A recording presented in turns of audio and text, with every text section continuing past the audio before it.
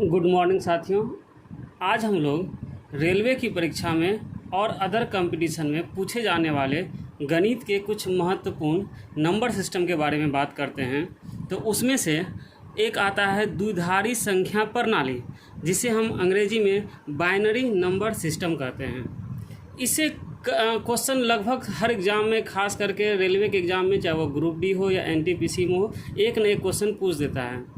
और बहुत सारे छात्र इस क्वेश्चन को स्किप कर देते हैं। उसे यह क्वेश्चन मतलब समझ में नहीं आता, या उसे बनाने नहीं आता, या उसे भारी टाइप का लगता है कि गलत हो जाएगा, तो वो छोड़ के निकल जाते हैं। जबकि यह मात्र 5 मिनट में इससे संबंधित जितने भी सवाल पूछे जाते हैं एग्ज़ाम में, हम उनको सॉल्व करके दिखाएंगे और आसानी से आप इसको समझ लीजिएगा। और आने वाले जो आगामी अभी ग्रुप डी की परीक्षा कुछ दिन में प्रारंभ होगी, उसमें ये आपके लिए महत्वपूर्ण साबित होगा।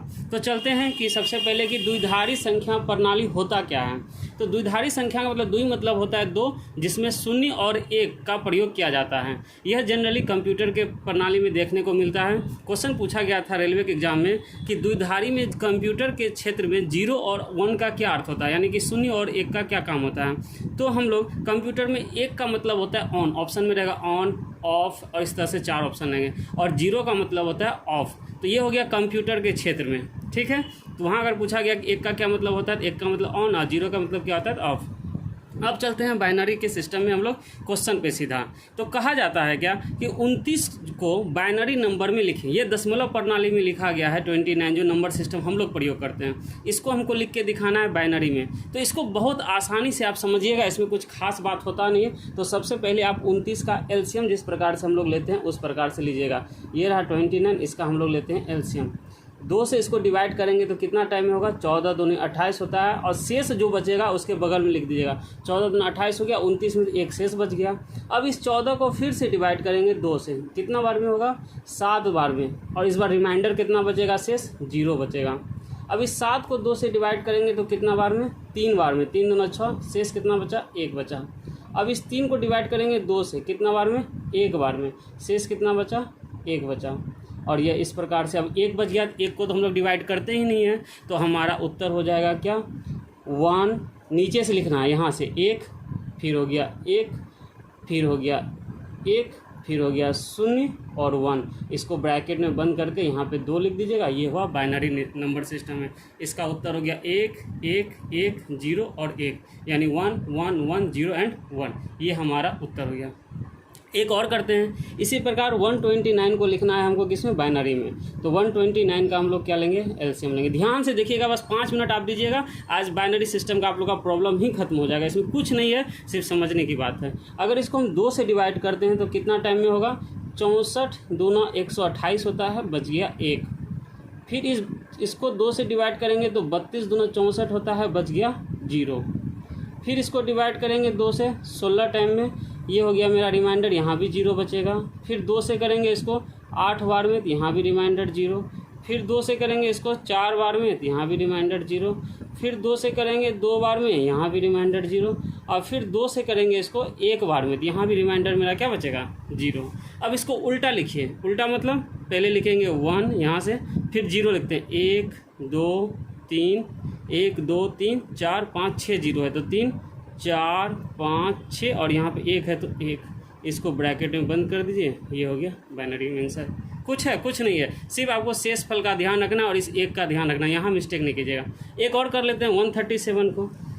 तो 137 को भी करते हैं तो ठीक उसी प्रकार से 2 से ही स्टार्ट करना है। इसमें 2 से ही लिया जाता है। तो देखिए 6 दूना हो गया 12, बचा 1 और 17, तो 8 बार में 68 दूना 136, तो रिमाइंडर कितना, 1। अक्सर रिमाइंडर 1 और 0 ही आता है और कुछ आता ही नहीं है। फिर 2 से इसको करेंगे तो ये हो गया कितना, 34 दूना 68, रिमाइंडर 0। फिर 2 से करेंगे 17, रिमाइंडर 0। फिर 2 से करेंगे कितना टाइम में, ये 8 दूना 16, रिमाइंडर 0। फिर 2 से करेंगे कितना टाइम में, 4, रिमाइंडर 0। फिर 2 से करेंगे 2 टाइम में, रिमाइंडर 0। फिर 2 को करेंगे 1 टाइम में, और यहाँ पे हमारा रिमाइंडर क्या हो गया, 0 हो गया। इस प्रकार से ये खत्म हो गया। अब इसको लिखते हैं नंबर के रूप में। 1 1 2 3 4 5 6, 1 हो गया 6 0, 1 2 3 4 5 6, और फिर हो गया मेरा कितना, लास्ट में 1 है तो 1। इसको लिख दीजिए अंडर ब्रैकेट। ये हो गया 137 का। कितना आसान था। ये किसी भी नंबर को आपको दिया रहेगा उससे आप इससे बाइनरी निकाल लीजिएगा। ये खत्म हो गया एक बार में। इसमें कुछ था भी नहीं, इसको अगर समझ में नहीं आया तो दोबारा देख लीजिएगा, इसमें कुछ नहीं है। अब इसके अपोजिट क्वेश्चन, इसमें अब क्वेश्चन कैसे कैसे पूछा जाता है ये देख लीजिए। 137 को तो बाइनरी में कन्वर्ट हम लोग कर दिए। अब क्वेश्चन पूछेगा बाइनरी जो 137 को बाइनरी नंबर में कन्वर्ट करे, द्विधारी में कन्वर्ट करे और इसके संख्याओं का योग बताए द्विधारी में। तो संख्याओं का योग कीजिए तो 10001, इसको योग करेंगे तो आंसर हो गया इसका 2।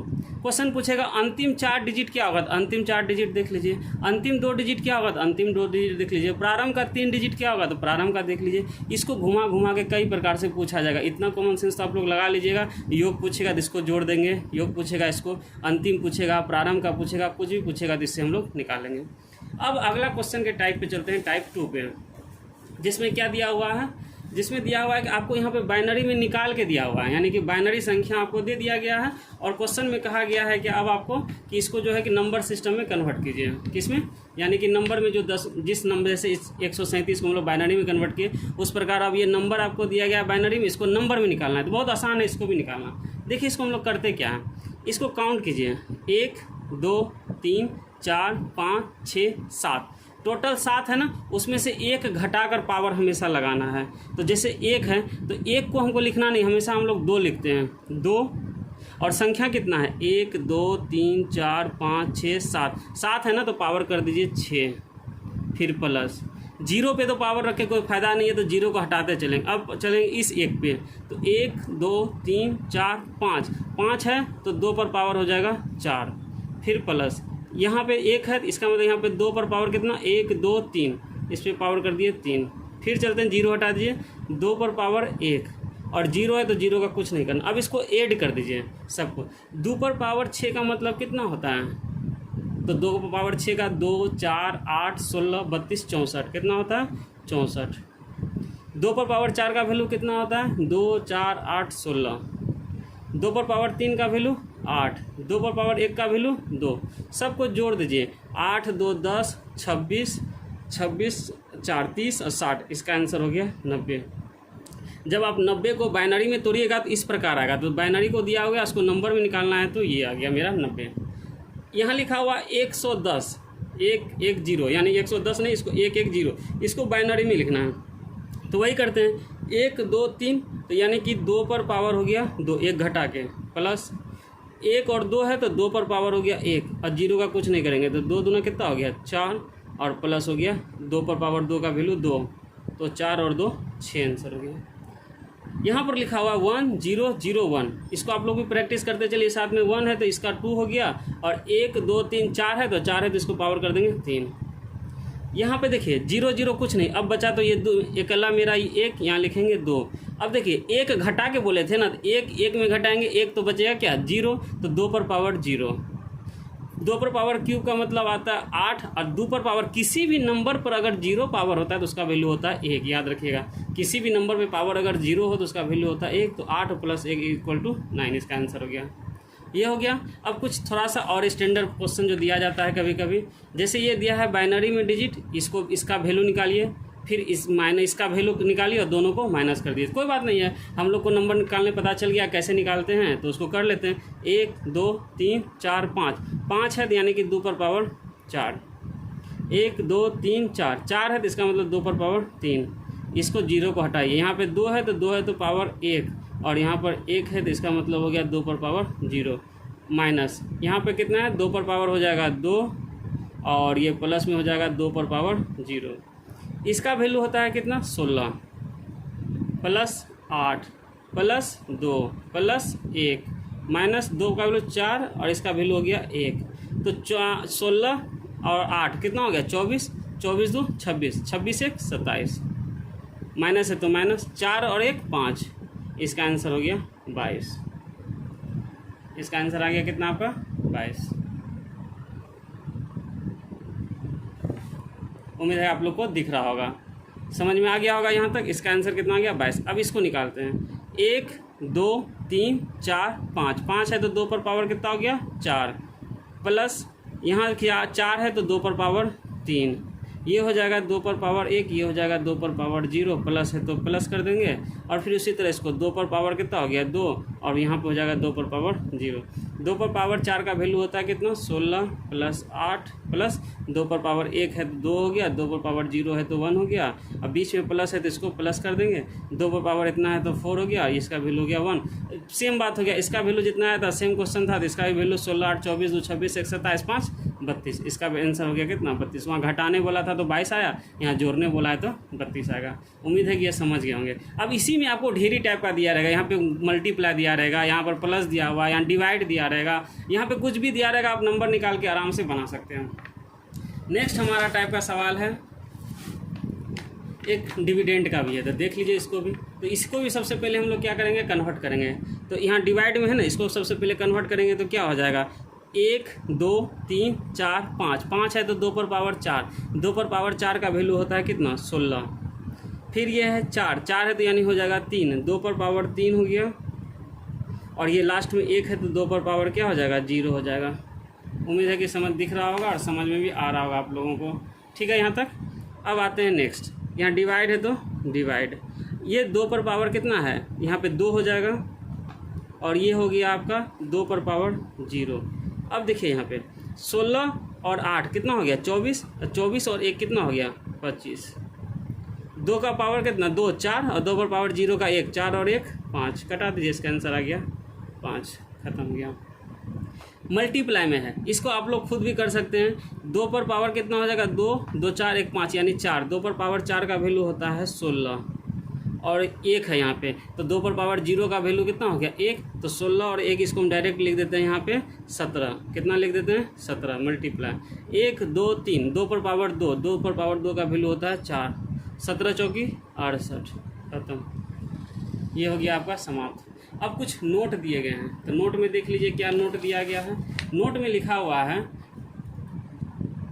बाइनरी नंबर सिस्टम में लिखी संख्या तभी सम संख्या होगी, यानी कि जो बाइनरी नंबर सिस्टम में लिखा गया है इसको अगर हम कन्वर्ट करते हैं नंबर सिस्टम में तो वह संख्या सम संख्या होगा। कब होगा, जब हो सकता है जब उनके अंत में कहाँ पे अंत में 0 हो, क्या हो अंत में 0 हो, अंत में कितना होना चाहिए उसके 0 होना चाहिए। अगर बाइनरी नंबर के लास्ट में देखिए यहाँ पर क्या है, ये लास्ट में 1 आ गया तो 1 आ गया तो देखिए यहाँ पे विषम संख्या हो गया ना, 1 आ गया तो देखिए विषम संख्या हो गया ना। अगर लास्ट में 0 आ जाता है तो वह संख्या क्या होती है सम संख्या, क्योंकि सम संख्या में रिमाइंडर नहीं बचता है तो 0 हो जाएगा, कॉमन सेंस है। और एक द्विधारी अंकन पद्धति में तभी विषम संख्या हो सकती है जब उसके अंत में क्या हो, अंत का उसका वैल्यू कितना हो 1 हो, 1 होगा तो वो क्या हो जाएगा विषम संख्या हो जाएगा। कितना आसान था, बस इसी को बाइनरी कहते हैं। इसी को तोड़ मरोड़ के आपसे सवाल पूछा जाएगा, घुमाया फिराया जाएगा, इसी में आप फंस जाइएगा। तो ये भी याद रखिएगा, कभी कभी नोट में देके पूछ देता है। अब आप लोगों को कुछ हम थोड़ा सा रोमन नंबर बताते हैं। बहुत स्टूडेंट को रोमन नंबर में भी दिक्कत होता है कि रोमन नंबर उनको समझ में नहीं आता। 2 मिनट रुकिएगा, सब रोमन नंबर खत्म हो जाएगा। रोमन में सबसे पहले आप याद रखिएगा 1 से लेके 10 तक रोमन नंबर। रोमन नंबर में आप 1 से 10 तक जानते होंगे तो बस हो जाएगा। 1 का वैल्यू कितना हो गया, ये हो गया 1, ये हो गया 2, ये हो गया 3, ये 4, ये हो गया 5, ये हो गया 6, ये हो गया आपका 7, ये 8, ये हो गया आपका कितना 9, और ये हो गया कितना 10। इतना जान गए, हो गया। अब इसको हमको लिखना है। अब जैसे ही हम 11 पाएंगे तो सबसे पहले हमको 10 लिखना होगा, और 10 के बाद हम लिखेंगे 1 कैसे लिखा था ऐसे, ये हो गया 11। अगर हमको 16 लिखना है तो सबसे पहले लिखेंगे 10, उसका लिखेंगे 6 कैसे लिखा था, इस प्रकार से लिखा था, ये हो गया हमारा क्या 16। अगर 20 लिखना है तो पहले लिखेंगे 10, फिर लिखेंगे 10, ये हो गया मेरा कितना 20, खत्म हो गया। अब चलते हैं 33 लिखना है तो पहले लिखेंगे कितना 30, चुप 30 देख ले। 22 लिखना है तो कैसे लिखेंगे, तो पहले लिखेंगे 20, ये रहा 20, अब लिखेंगे 2, तो ये हो गया 22। अगर हमको 29 लिखना है तो पहले लिखेंगे 20, फिर लिखेंगे 9 कैसे लिखा था, इस प्रकार से लिखा था, ये हो गया 29। 30 लिखना है तो लिखेंगे पहले 20, अब लिखेंगे 10, ये हो गया 30। यहाँ तक कोई दिक्कत नहीं। लेकिन जैसे 40 लिखेंगे तो 40 लिखने में हमारा टर्म थोड़ा सा चेंज होता है, क्योंकि 40 में 90 में, फिर 400 में, इस सब में आके टर्म चेंज हो जाता है। अब देखते हैं 40 कैसे। तो 40 लिखने से पहले हम लोग क्या लिखते हैं 10, और L का वैल्यू होता है 50। देखिए ये 50 में से 10 घट गया। अगर कोई चीज़ पहले लिखा हुआ है तो इसका मतलब होता है माइनस हो जाता है। जैसे देखिए यहाँ पे ये लिखा हुआ है 10, और 10 में से 1 लिख दिया, घटा दिया तो कितना हो गया 9 हो गया। तो ये हो गया मेरा 40। आप याद रख लीजिएगा अगर याद नहीं रहता है तो 40, ये मेरा कितना हो गया 40 हो गया। अगर 50 लिखना है 44 लिखना है तो पहले लिखेंगे 40, फिर लिखेंगे वही 4 नॉर्मल 4, ये हो गया 44। 49 लिखना है तो पहले लिखेंगे 40, फिर लिखेंगे 9, ये हो गया 49। 50 लिखना है तो सिर्फ L, 50 मतलब क्या हो गया सिर्फ L। अब 50 के बाद 55 लिखना है तो ये रहा ना L हो गया, उसका लिखिए 5 लिख दीजिए तो ये हो गया 55। अगर हमको 60 लिखना है तो ये रहा L, और उसके बगल में 10 लिख दीजिए तो हो गया 60। अगर हमको 70 लिखना है तो ये रहा L, ये रहा 10, 50 के बाद 10 60, 60 के बाद 10 70 हो गया। इसी प्रकार से अगर हमको 90 लिखना है तो 90 लिखने के लिए सबसे पहले हम क्या लिखेंगे 100 लिखते हैं। तो 100 का वैल्यू कितना हो गया 80, 80 के बगल में लिख दीजिए -10, इसका मतलब होता है -10, ये हो गया 90। अगर हमको लिखना है 95 तो ये रहा 90, और उसके बगल में लिख दीजिए 5, हो गया 95। लिखना है 97 तो ये रहा 90, ये रहा मेरा 5 6 7, ये हो गया 97। 80 मतलब होता है 100। हो गया, यहाँ तक कोई दिक्कत नहीं होगा उम्मीद है। अब चलते हैं नेक्स्ट। 200 लिखना है अगर हमको तो ये रहा 200। इसी में 210 रहेगा तो 200 लिखिए, फिर 10 लिखिए। 220 है तो 200 लिखिए, 20 लिखिए। 300 लिखना है तो ये रहा C, ये रहा मेरा कितना 300, खत्म हो गया। अब हमको लिखना है 350 तो देखिए 100 200 300 लिखिए। 50 कैसे लिखते हैं L लिखते हैं, हो गया ना 350। अब हमको लिखना है कितना 400। अब देखिए M का मतलब होता है हमारा क्या, M मतलब होता है 1000, M मतलब क्या होता है 1000, और D मतलब क्या होता है 500, क्या होता है 500। हाँ, जैसा कि आप लोग को पता चल गया था कि 1000 यानी 1000 को हम लोग M से डिनोट करते हैं और 500 को D से डिनोट करते हैं। तो उसी प्रकार जैसे ही 400 लिखेंगे तो 400 से पहले हम लोग को क्या लिखना पड़ता है 500, उसमें 100 घटा दिए तो ये हो गया 400। फिर 500 लिखना है तो D, 600 लिखना है तो 500 लिखेंगे, फिर 100, 700 लिखना है तो 500, फिर 100 100, 800 लिखना है तो 500 और 300, 900 लिखना है तो पहले 1000 लिखेंगे, उसमें से 100 माइनस कर देंगे तो 900 हो गया, और 1000 लिखना है तो M। उसी तरह अगर हमको 970 लिखना है तो पहले 900 लिखेंगे, फिर 70 लिखने के लिए आपको बता दिए। 680 लिखना है तो 600 लिखेंगे, फिर 80 लिखने के लिए आपको बता दिए। इस प्रकार से लिख के आप 1000 तक रोमन नंबर कंप्लीट कर सकते हैं। कभी कभी पूछा जाता है, बहुतों को नहीं आता है रोमन नंबर, क्योंकि उसको कभी इसका ज़रूरत पड़ता नहीं, इसीलिए मिस्टेक होता है।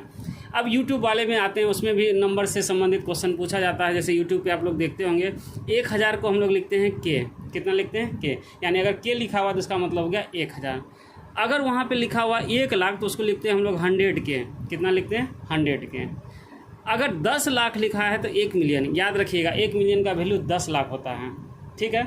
उसी तरह होता है 1 बिलियन, क्या होता है 1 बिलियन 10⁹, यानी कि 1 बिलियन का मतलब होता है 100 करोड़, समझ रहे हैं। जैसे फॉरेन रिजर्व भारत का बताता है ना 460 बिलियन डॉलर है, 600 बिलियन डॉलर है, 640 से कुछ भी है, तो इसका मतलब होता है 640 करोड़, उसमें डॉलर जोड़ दीजिए तो उतना डॉलर हो गया।